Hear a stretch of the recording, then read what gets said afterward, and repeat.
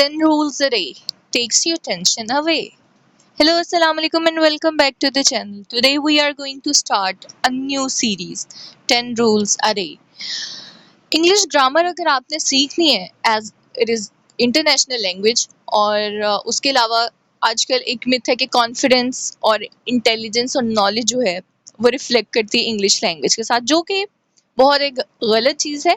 लेकिन फिर भी अगर आप इस थिंकिंग के साथ सीखेंगे कि हमें एक न्यू लैंग्वेज सीखनी है तो व्हाई नॉट। सो अगर इंग्लिश ग्रामर जो है हम हमेशा रूल्स पढ़ते रहते हैं, सुनते रहते हैं, कभी हमें रूल समझ भी नहीं आती है और बहुत ज़्यादा कंफ्यूज हो जाते हैं। क्यों? क्योंकि हम एक साथ ही बहुत सारे रूल्स अपने माइंड में इकट्ठे करने की कोशिश करते हैं और उसकी प्रैक्टिस नहीं करते हम, जो कि एक बहुत ही गलत हैबिट है।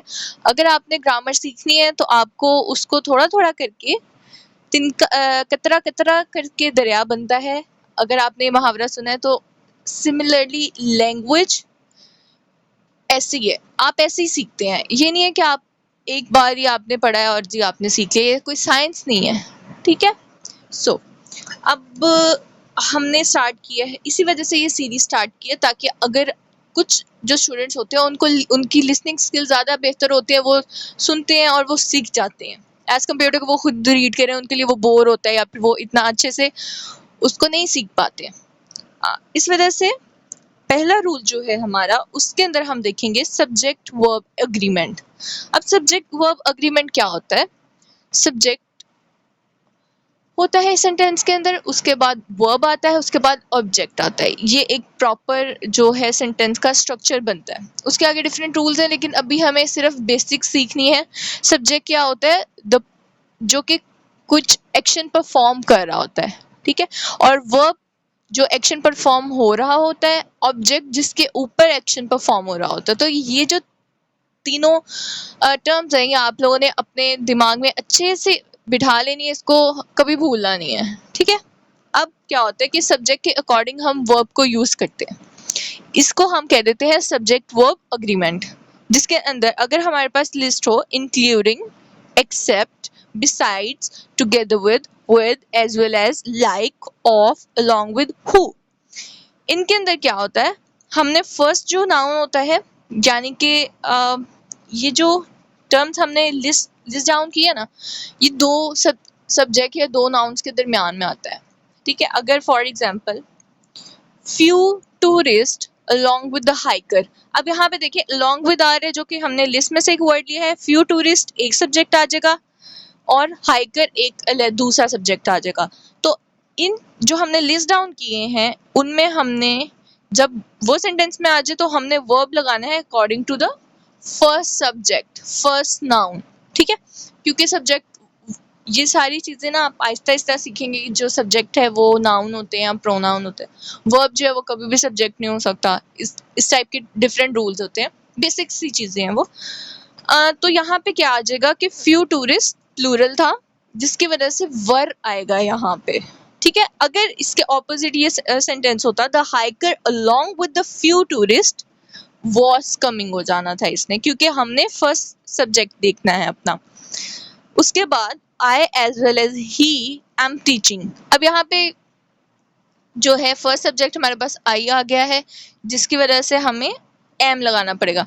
अब यहाँ पे कुछ स्टूडेंट्स कहेंगे कि प्रोनाउन का एक प्रॉपर रूल होता है, तो ये उसके ऊपर पूरा नहीं उतरा कि आई पहले आ गया, ही बाद में आ गया। अभी उसको आप अभी आपने उसके ऊपर ध्यान नहीं देना, ठीक है। इसलिए यहाँ पे एम आएगा क्योंकि आई हमारा पहला सब्जेक्ट है। फिर उसके बाद आ जाता है second rule, had better. Had best या शुड, ये तीनों एक ही इनका मीनिंग है बनता है, यानी कि हैड बेटर जो है हम शुड की जगह रिप्लेस करके यूज करते हैं। इन तीनों के साथ हमेशा फर्स्ट फॉर्म ऑफ वर्ब आएगी। जैसा कि अगर हम कह देंगे कि हैड है जी, थर्ड फॉर्म आनी चाहिए, नहीं, क्योंकि उसके साथ बेटर भी है तो वो हैड बेटर आ रहा है, इस वजह से हमें फर्स्ट फॉर्म ऑफ वर्ब चाहिए। जैसा हम देख लेते हैं, he had better go there in time.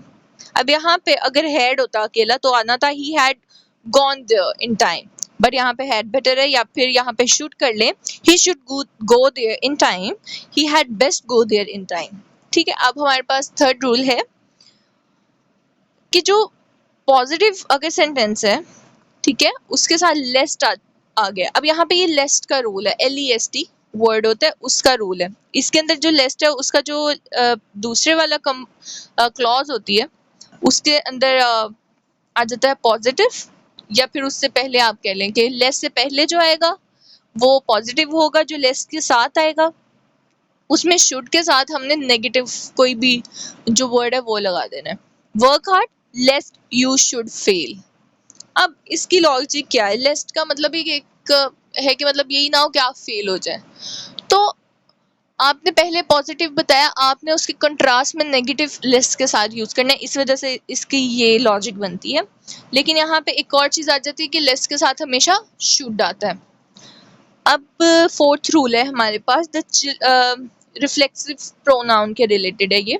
अभी मैं इस वजह से पूरा एक्सप्लेन नहीं करी कि आप लोगों ने अपने आप को बर्डनाइज नहीं करना। आज तो हम थोड़ा सा ज़्यादा इसको कर रहे हैं, लेकिन आहिस्ता आहिस्ता आप लोग जब करते जाएंगे 10 डेज अ वीक, जो रूल हम पढ़े सिर्फ उसी को अगर आप माइंड में रिपीट करेंगे, अगर आप उसकी प्रैक्टिस करेंगे तो आहिस्ता आहिस्ता आपको सारे रूल जब आ जाएंगे तो आप लोगों को इतनी ज़्यादा कन्फ्यूजन नहीं होगी कि ये रिफ्लेक्सिव प्रोनाउन क्या है। लेकिन अगर सिंपली अगर मैं बता दूं कि सेल्फ जिसके साथ हम लगा देते हैं, my self, your self, him self, his self, sorry there is no term as his self, it's just a slip of tongue, themselves, yourself, तो ये वाली जो टर्म्स होती हैं इसको हम रिफ्लेक्सिव प्रोनाउन कहते हैं। अब कुछ वर्ड्स होते हैं जो कि ये जिनके साथ रिफ्लेक्सिव प्रोनाउन आता ही आता है, जिसमें से एक वर्ड है enjoy। ठीक है, ये रूल क्या है हमारे पास? रूल नंबर 4 कि enjoy के साथ हमेशा रिफ्लेक्सिव प्रोनाउन आता ही आता है। The children enjoyed in the park नहीं होगा, instead the sentence will be the children enjoyed themselves in the park। अब यहाँ पे enjoyed जरूरी नहीं, अगर हम यहाँ पे आ जाता the children are enjoying themselves in the park, the children enjoy themselves in the park, it could be any sentence, but ये रूल है कि enjoy के साथ हमने रिफ्लेक्सिव प्रोनाउन लगाना है। अब यहाँ पे themselves क्यों आया? वही सब्जेक्ट वो आ जाएगा कि सब्जेक्ट जो है वो हमारे पास प्लूरल में है, चिल्ड्रन है, तो इसी वजह से हमने यहाँ पे themselves लगा दिया। इसके अलावा जो दूसरी अगर हम इसी लिस्ट देख लें, absent, busy, introduce, hurt, avail, cut. Avail यहाँ पे लिख दिए तो avail is second and third form of word avail, तो उनके साथ भी हम रिफ्लेक्सिव प्रोनाउन यूज करते हैं। अब आप लोगों का टास्क ये है कि आप लोगों ने अपना रजिस्टर लेना है, उसके ऊपर हर एक वर्ड के साथ इसका सेंटेंस बनाने की कोशिश करनी है। ओके, फिर उसके बाद है rule number 5, can not help. Can not help का मतलब क्या होता है कि कोई एक्टिविटी के बगैर ना रह सके, यानी कि मैं पढ़े बगैर नहीं रह सकता, मैं खेले बगैर नहीं रह सकता, मैं नेटफ्लिक्स सीरीज देखे बगैर नहीं रह सकता। सो अब जब ये वाले आ जाएगा कि मैं कोई काम किए बगैर नहीं रह सकता, तो हम यूज करते हैं कैन नॉट हेल्प। अब मैं किताब पढ़े बगैर नहीं रह सकता, अब यहाँ पे आ जाएगा I can not help reading books. ठीक है, इसी तरह मैं गाड़ी चलाए बगैर नहीं रह सकता, I can not help driving a car. ठीक है, अब ये मतलब मेरी एक ज़रूरत है, मेरी नीड है कि मैं उसके बगैर नहीं रह सकता ना। फिर हमारे पास रूल नंबर 6 आ जाता है। रूल नंबर 6 है the dear move back. Where move back. तो ये क्या होगा? जहाँ पे हम वेयर को आंसर कर रहे होते हैं वो एडवर्ब ऑफ प्लेस होता है। अगर आप लोगों ने मेरी सीरीज ग्रामर सीरीज नहीं देखी तो आप लोग वो जाके देख सकते हैं, जिसके अंदर डिफाइन किए गए हैं पार्ट्स ऑफ स्पीच को, तो आपको पता लग जाएगा कि एडवर्ब क्या होता है। एडवर्ब वो होता है जो मॉडिफाई करता है वर्ब को, और उसके आगे टाइप्स है adverb of time, adverb of place, तो उन एडवर्ब ऑफ मैनर, फ्रीक्वेंसी। तो यहाँ पे जो वेयर का आंसर करता है वो होता है एडवर्ब ऑफ प्लेस। फिर हमारे पास एक रूल है कि हमने काफ़ी बार देखा होगा कि कुछ वर्ड जो होते हैं वो क्राइसिस है, जिस तरह अब CRISIS होता है, और एक ES भी हम देख लेते हैं, फिर हम कंफ्यूज होते हो हम ये वाले टर्म्स कहाँ पे यूज, कौन सा वर्ड कहाँ पे यूज करना है। तो ये असल में सिंगुलर और प्लूरल का डिफरेंस आ जाता है। तो एक छोटी सी हिंट है कि जो आई वाले वर्ड्स होते हैं ना, क्राइसिस है IS, एनालिसिस है SIS, बेसिस है SIS, तो ये वाले जो होंगे वो सिंगुलर होंगे, और जो ES वाले होंगे, वाले होंगे, वो होंगे प्लूरल वर्ड्स। ठीक है। फिर उसके अलावा कुछ होते हैं वर्ड्स जिनके साथ हम S को ऐड कर देते हैं प्लूरल बनाने के लिए। ठीक है, जैसा चीफ है तो चीफ्स आ जाएगा, रूफ है तो रूफ्स आ जाएगा, जिराफ है तो जिराफ्स आ जाएगा, कैट कैट्स।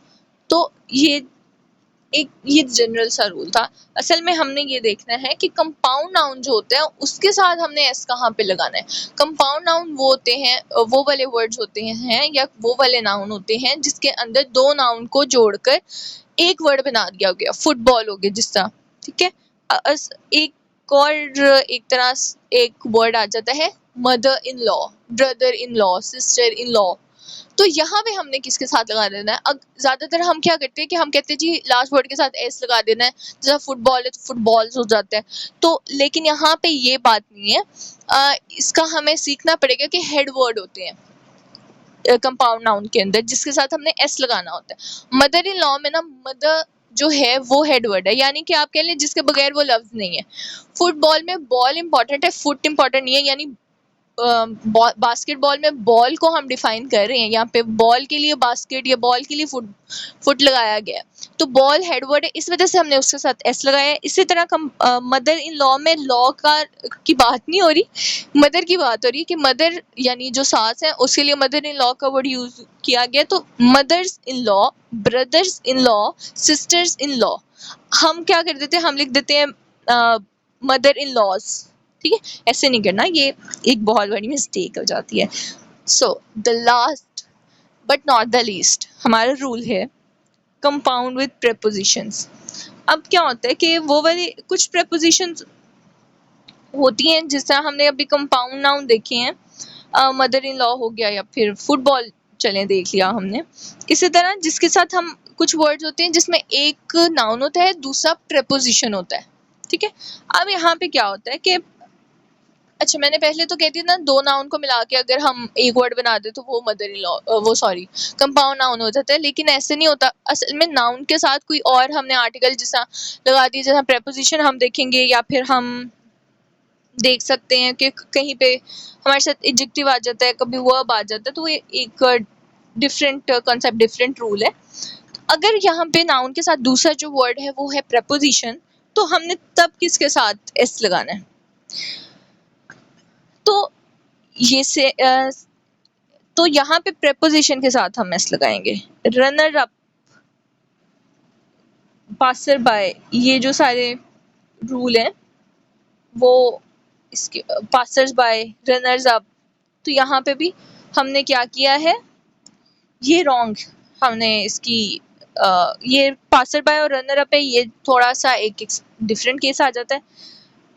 उसके अलावा अगर कंपाउंड है जिसमें वर्ब और प्रेपोजिशन है, अब यहाँ पे क्या है, हमने कंपाउंड विद प्रेपोजिशन, अब हम इसको कंपाउंड नाउन नहीं कह रहे क्योंकि इसमें हमने वर्ब लिया और दूसरा हमारे पास प्रेपोजिशन है। अब हम कहेंगे कि जो वर्ब है वो हेड वर्ब है कंपाउंड विद प्रेपोजिशन में, ग्रोन अप। ठीक है, सिट इन, हायर अप। तो ये ग्रोन क्या होता है कि वो एक बंदा बढ़ रहा है, तो वो एक एक्शन है जो परफॉर्म हो रहा है। ठीक है, बैठा हुआ है तो वो एक एक्शन परफॉर्म हो रहा है, तो ये यहाँ पे वर्ब है। तो इधर हमने क्या करना होता है, तो इधर हमने लगाना होता है प्रेपोजिशन के साथ एस। जो हमने नाउन वाले कंपाउंड देखे थे जिसमें प्रेपोजिशन आया था उसके साथ हमने क्या किया, रनर्स अप, पासर्स बाय। ठीक है, रनर जो है वो एक नाउन है जो कि कोई किसी चीज का नाम, thing, place, the name of place, thing and person, ये कॉमन सी डेफिनेशन है नाउन की। तो यहाँ पे हमने क्या किया था, हमने किया नाउन के साथ एस लगाया, लेकिन अगर वही प्रेपोजिशन कंपाउंड हो लेकिन दूसरा वर्ड जो है वो वर्ब हो तो हम प्रेपोजिशन के साथ एस लगाएंगे, जो हो जाएगा grown ups, sit in, hands up. So this is all for today. If you like the video, like, comment and share. If you have any question, please comment in the comment section. I will reply to it. I will try कि हम बहुत अच्छे से grammar सीख सकें, साथ मिलके बहुत अच्छा सा काम कर सकें. Thank you. Allah Hafiz.